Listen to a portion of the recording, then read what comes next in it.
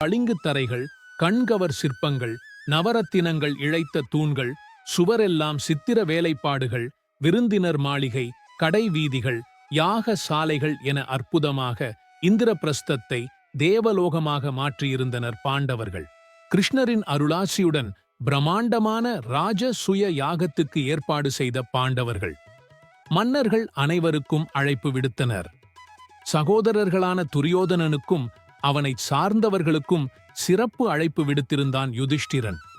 இத்தனை செல்வமும் பாண்டவர்களுக்கு எப்படி வந்தது, அதனை எப்படி அழிப்பது என சிந்தித்தபடியே பரிவாரத்துடன் அங்கு வந்தான் துரியோதனன்.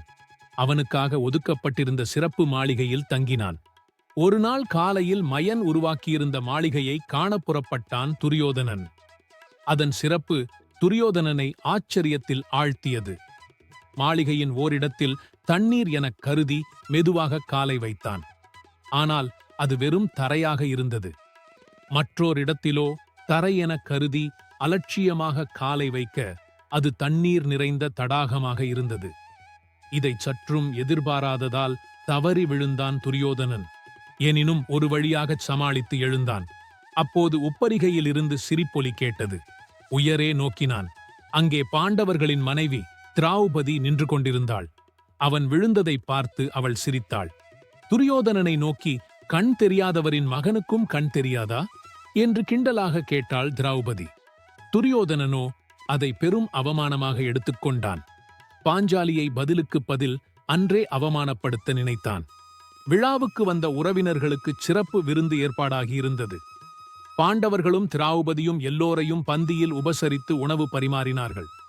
துரியோதனன், துச்சாதனன், கர்ணன், சகுனி முதலானோர் வரிசையாக அமர்ந்திருந்தனர்.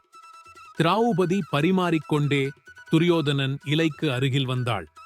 அவளை அவமானப்படுத்த எண்ணிய துரியோதனன், ஐவரின் பத்தினியே இன்று யாருடைய முறை என்று கேட்டான். திரௌபதிக்கு தூக்கி வாரி போட்டது. நாடி நரம்புகளெல்லாம் தளர்ந்தன. அவளால் அந்த கேள்வியை ஏற்க முடியவில்லை.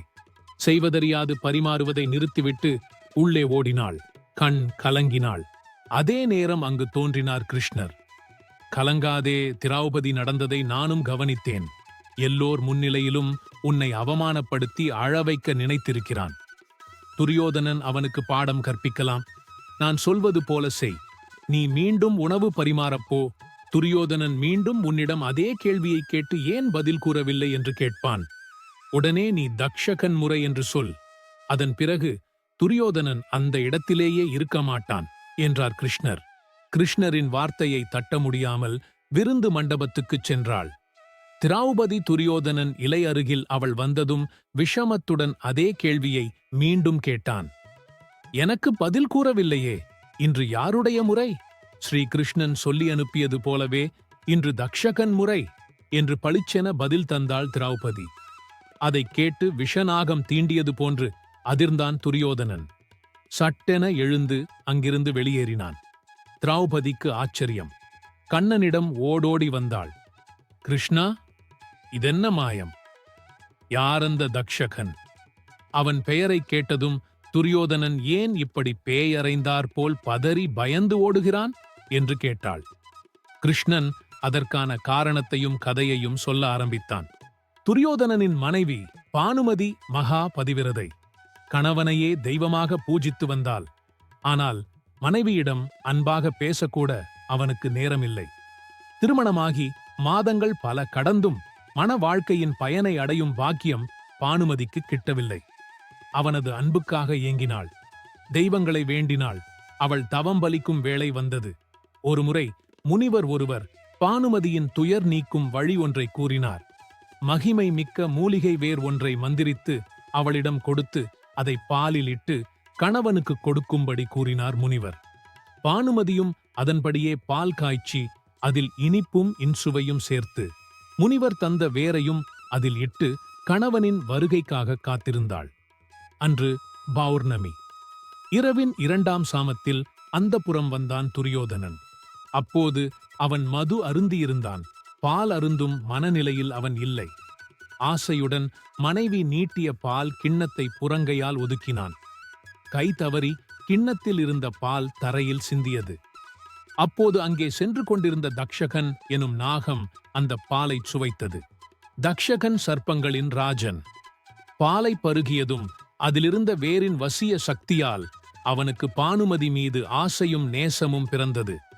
உடனே அவன் மனித உருவில் அவள் முன் தோன்றித் தன் ஆவலை வெளியிட்டான். தன்னை வருந்தி அழைத்தது அவள்தான் என்றும் வாதாடினான். பதிவிரதையான பானுமதி பதறினாள், துடிதுடித்தாள். துரியோதனனுக்கு தன் மனைவியின் உயர்ந்த கற்பு நெறி பற்றி நன்கு தெரியும். தான் அவளது அன்பையும் காதலையும் புரிந்து நடக்காததால் விளைந்த விபரீதத்தை எண்ணித் தவித்தான்.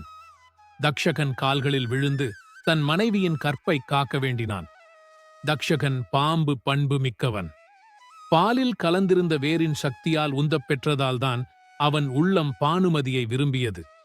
எனினும் அவளுக்கு களங்கம் விளைவிக்க அவன் விரும்பவில்லை. அதே நேரம் அவளின் வசியம் செய்த பாலை குடித்ததனால் பானுமதியின் அன்பை இழக்கவும் தயாராக இல்லை.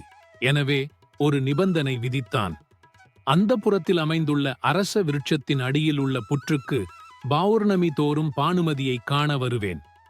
பானுமதி புற்றில் பால் ஊற்றி என்னை உபசரித்து வணங்கி அனுப்ப வேண்டும். அப்போது அவள் கற்புக்கு களங்கமில்லை என்பதற்குச் சாட்சியாக அவளின் கணவனான துரியோதனனும் என்னை வணங்க வேண்டும் என்று கூறிவிட்டு மறைந்தான் தக்ஷகன். அன்று முதல் இன்று வரை பௌர்ணமி தோறும் பாம்புக்கு பாலூற்றி வருகிறாள் பானுமதி. துரியோதனனும் பயபக்தியோடு பங்கு கொள்கிறான். இந்தச் சம்பவம் துரியோதனனுக்கும் பானுமதிக்கும் தக்ஷகனுக்கும் மட்டுமே தெரியும். இதனை வெளியே யாரிடமும் சொல்வதில்லை என்பது அவர்களுக்குள் செய்து கொண்ட ஒப்பந்தம். இதை நீ கூறியதுதான் துரியோதனனின் அதிர்ச்சிக்குக் காரணம் என்றார் கிருஷ்ணர். துரியோதனனால் தனக்கு நேர்ந்த அவமானத்தை துடைத்து ஆறுதல் கூறிய கிருஷ்ணனுக்கு நன்றி கூறினாள் திரௌபதி.